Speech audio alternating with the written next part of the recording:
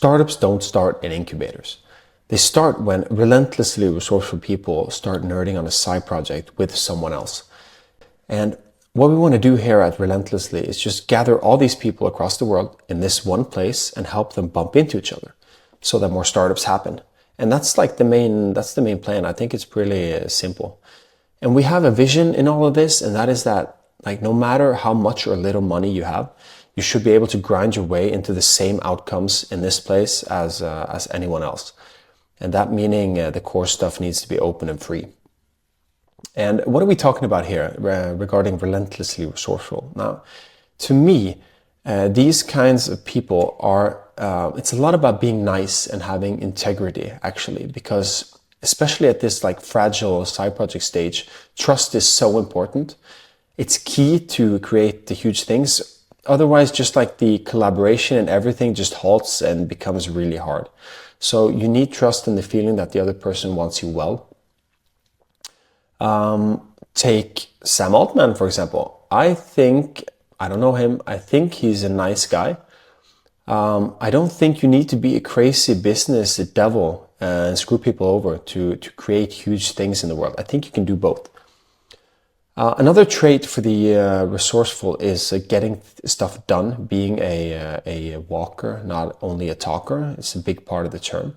And also this form of positivity, a naivety, maybe humor. I'm not sure. That's maybe not a part, but positive people often have it. So it's not about experience. Like, I mean, a 12 or a 16-year-old can be relentlessly resourceful, or a 70-year-old. It's about the mindset and other stuff. And I'm trying to learn as much as I can about the natures of side projects. I'm trying to nerd hard on that and understand everything about it. So if you think otherwise about anything here, tell me. I love it. I'm hunting the truth. I've never met anyone in this world that is as direct as I want them to be. So let's just dive into the origin story. Like, how did we end up here with this side project? And it all started in my cabin in Bergen, Norway, when I was listening to my first million. I started to dive into startup stuff when I was 33. That was really late. And my first meeting with this world was my first million podcast, talking about business stuff, making stuff. And I was like, a whole new world was open to me. And they said, if you know something, you should make a course, because that's a good way of scaling stuff and earning money on your knowledge while you sleep. So I was thinking, okay, what do I know that's useful for a course and stuff like that? And I've been working within information security at the time, so I was thinking, okay, maybe something like that, but it's not niche enough. But then I remembered that I had just like every week gotten so many bad cold emails. So I was thinking, maybe I can actually help people sell to this information security role that I have had before. So that was my first thought. I just read The Lean Startup, and it was full in my head about the ideas of, okay, you need to validate the need before you do anything. So I did like the worst test of a need I've ever done in my life, which was I just chatted with like 10 people on LinkedIn, asking them, do you want this course? And I did some ads. And one guy on the right here, you see, he was trying to sell me something, and I said, no, I don't want that, but do you want a course if I made it? And he says like, yeah, that's good. But by the way, can you buy my stuff? So I took that as validation. I think 2 out of 10 people said, yeah, I want this. And I think in the Lean Startup, it says like you need 20% acceptance. So I was like, okay, this is good to go. Let's do it. It took so long. Like I worked on the manuscript and everything. Set up some cameras in my basement with a video guy, recorded it, and it turned out like really nice. It was so weird to have lighting in your face and talking on screen, but that's an experience, and that's like the nature of side projects as well. It's just always a good win-win. You learn something really useful, or it goes well. So it's always a win-win, and it turned out really well. Like this looks like pro stuff. And I actually think the course is amazing as well. Like it's all about 2 things, which I elaborate on: nailing the pain point and building trust. And that's pretty much it for how to cold email or reach anyone with any narrative, I guess. So it turned out well. And I was thinking, okay, when I post this on LinkedIn, I'm going to just get like 40 sales immediately because, yeah, many relevant people there. And if I found like, I don't know why it's an American, but if I find an American with a lot of followers that is into sales, then I can share revenue with them, and that would be like $1 million. Then I'll just do some marketing on the side to add on to all this success. And that was my plan. This was my first project, and I've learned a lot since then, but that's a pretty naive plan. Like, it never goes like this. So yeah. So, and I thought, like, what is the one thing on LinkedIn that like usually gets a lot of engagement and stuff? And that is when I change jobs. So when I started my own company, I just used that job changing feature to also name drop that I've made a course for cold emailing CISOs, which is the information security people. A long message, and got a lot of engagement on this, like 8,000. That was a lot for me. And yeah, so I was like, okay, nice, let's go. But of course, I didn't think that these guys were like, they're not really relevant for the message. Well, some are actually. So I was like, okay, this is going to work. And then right after, it pops in. If you've never received a payment for something you've made or own, you need to experience the feeling. And again, it's just like the side project magic. Getting this from Stripe and not knowing if this is like the start of an endless train of like confirmations, amazing feeling. So it just started rolling in. I just got a message like, okay, what do you want to hold this course for like 20 to 30 people? What's your price? And I was like, oh my God, this is going exactly the way I planned it. But then nothing, silence. I heard nothing else than that. I had one sale from all that. But then I guess, okay, at least I have the knowledge to know that, okay, this is when the grind starts. I can go on LinkedIn and share some stuff. I can go to forums and share about it. I can contact organizations that sell directly to CISOs and ask them, do you want this? I can get someone with good reach on LinkedIn to share just like we planned. And I can run ads. That's fine. So I tested the ads. Man, I hate running ads. But this is pretty good stuff. I like blurred the text on the art of cold emailing just to create some curiosity or something. Spend like $100, $200, $300, $400 on this stuff. Nothing. And Google Ads, they keep telling me like, oh, it's going to take 3 weeks for the ads to adjust and know your thing. And I was like, oh my God, I cannot. I hate running ads. And that's actually led to the creation of this community. And I'll come back to that. But I did find this John Barrows guy, and look at the amount of followers he has on the bottom here. 400K. I've never heard of anything like that. And I reached out to him, and it turned out it was a win-win situation. He has some good courses with his community, and I popped into one of them. So I was like, okay, now we're rolling.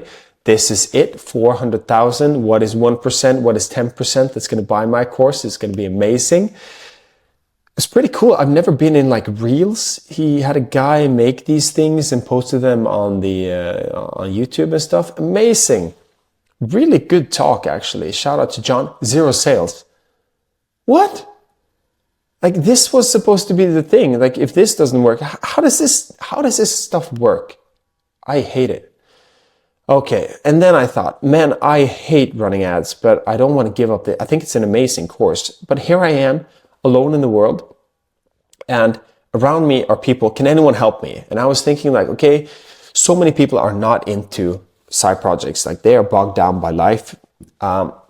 They are pretty happy with what they have. So they're not relevant, but I know like 3 people that might be into helping me a bit on the side.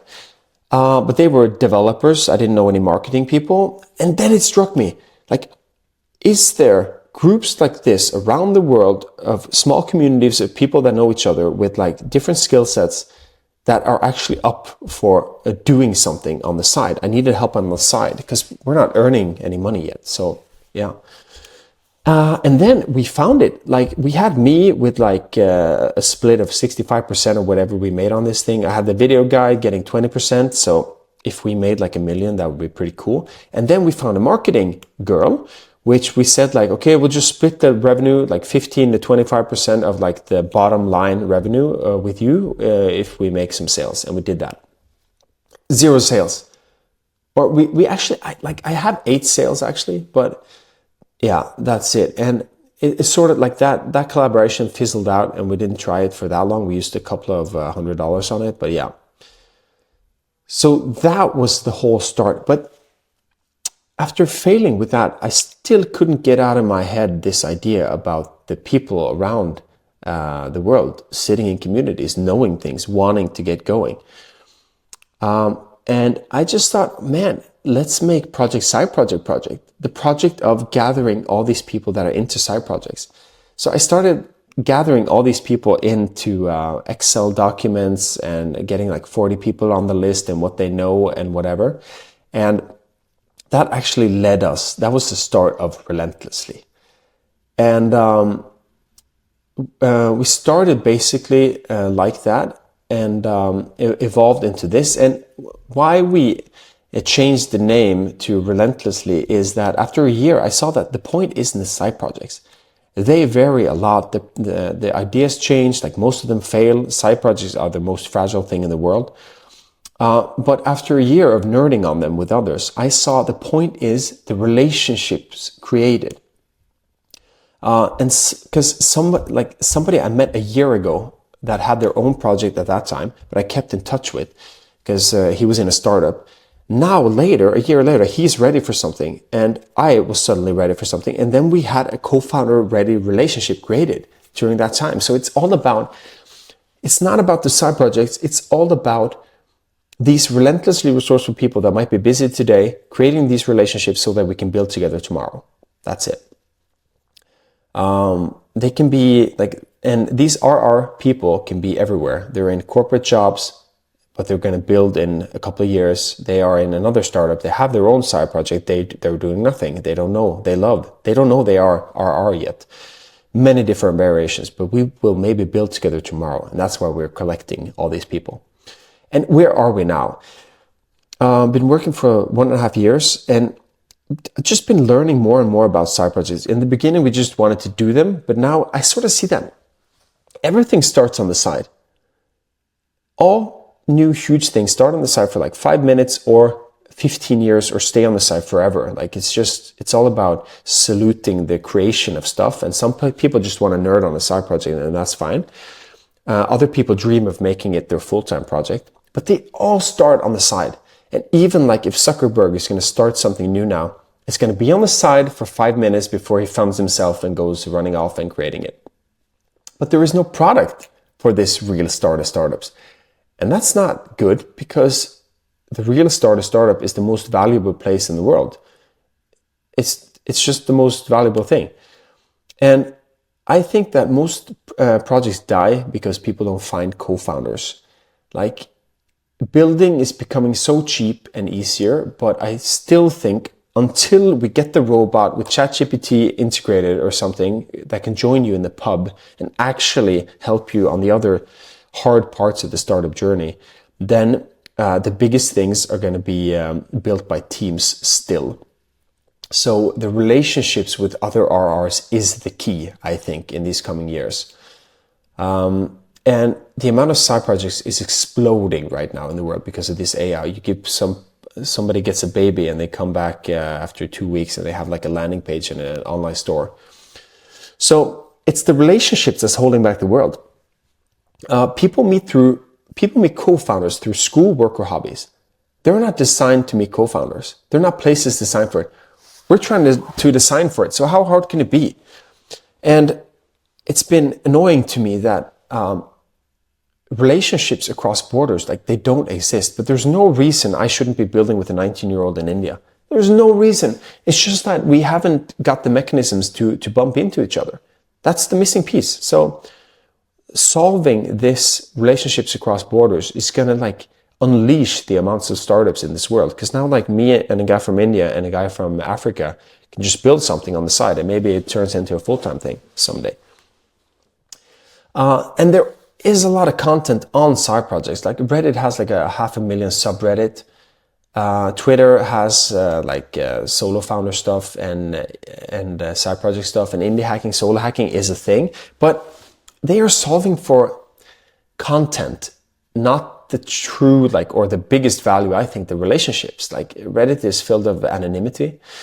I try to solve for micro engagements, and if you have like a relationship ladder of trust, just like the micro smallest things to make people bump into each other in bigger and bigger ways. That's like the whole thing we're solving for.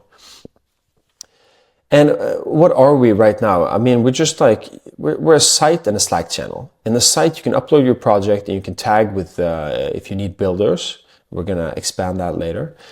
Then builders can check out your project, reach out to you, and you're matched sort of that way.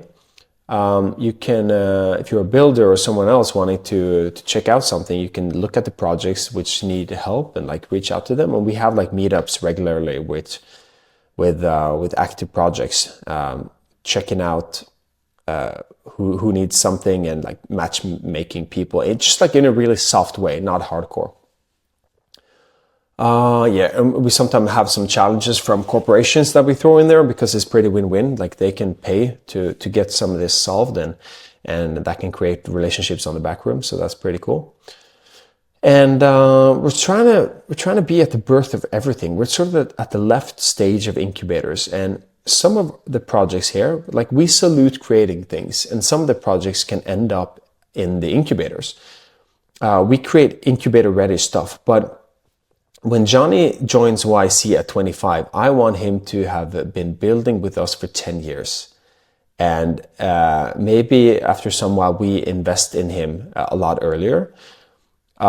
He has had five failed side projects before applying to YC, and it's been within the safe world of Relentlessly. And of course, there's some activity going on here. We got 500 plus members and stuff, and a lot of active projects. And 5 or 7 startups are sort of born because of us, because they were able to find people here. Not because of us, but yeah. And this is what we're all about. This is some of the examples. We have a lawn care app matched with 3 people from Relentlessly that's doing really well. It's a TikTok influencer for lawns, and 2 other guys in the middle here building something cool now because they met here. We have a Teardown Trivia app, which I built with 2 others here without ever meeting the designer and never having a meeting either with the designer. And the winners of a startup prize here in Bergen, they also met here. That's what we're all about. And there's another startup, found 50% of the team members in our community, and that's what it's all about.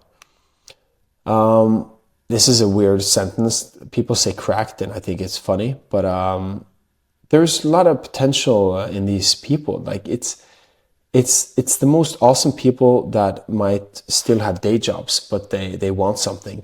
Or they are creative, they like creating stuff. So that's really cool. So how are we making money? Not sure. Need to find something. I think long term, if everything is born here, then it makes sense that we need to invest in the cases in some way. Maybe if you found your co-founder here and you're racing around and you have a confirmed investor, invite us in the first round, for example. So we need to do something like that. Until then, in the short term, we need to survive by member donations. We're testing Wikipedia style. Free to grind is, like I've said, important. But if you have the means and get value, please donate or something. Maybe incubators want deal flow, that we have some deals with them. Maybe corporate partnerships, Superbase wants the next generation of startups to build on their tech, so we can have a partnership with them. I don't know. Maybe companies want to throw in bounties here. Maybe there's a non-profit part of us that can get grants because we have a lot of activity that creates more startups in the world, which is really good. Or investors just fund us until the long-term ambition. And we're thinking maybe there's something in crazy content that stands out, just real down-to-earth stuff and humor stuff, just saluting creating things, because we are rebellious, And we need to keep that spirit, I think, because at the early stage of things, like, it's not serious. And I got a goal of getting on the front page of Hacker News, or like that's a bucket list thing of mine. And it happened. That was so cool. And we've tested something about like this long-term ambition of investing in stuff. And it took us like 24 hours to gather 10,000 US dollars from 10 investors wanting to invest in side projects. So we now own like 1% of these 5 projects here below in return for 2K US dollars per project. But that's not our main focus right now.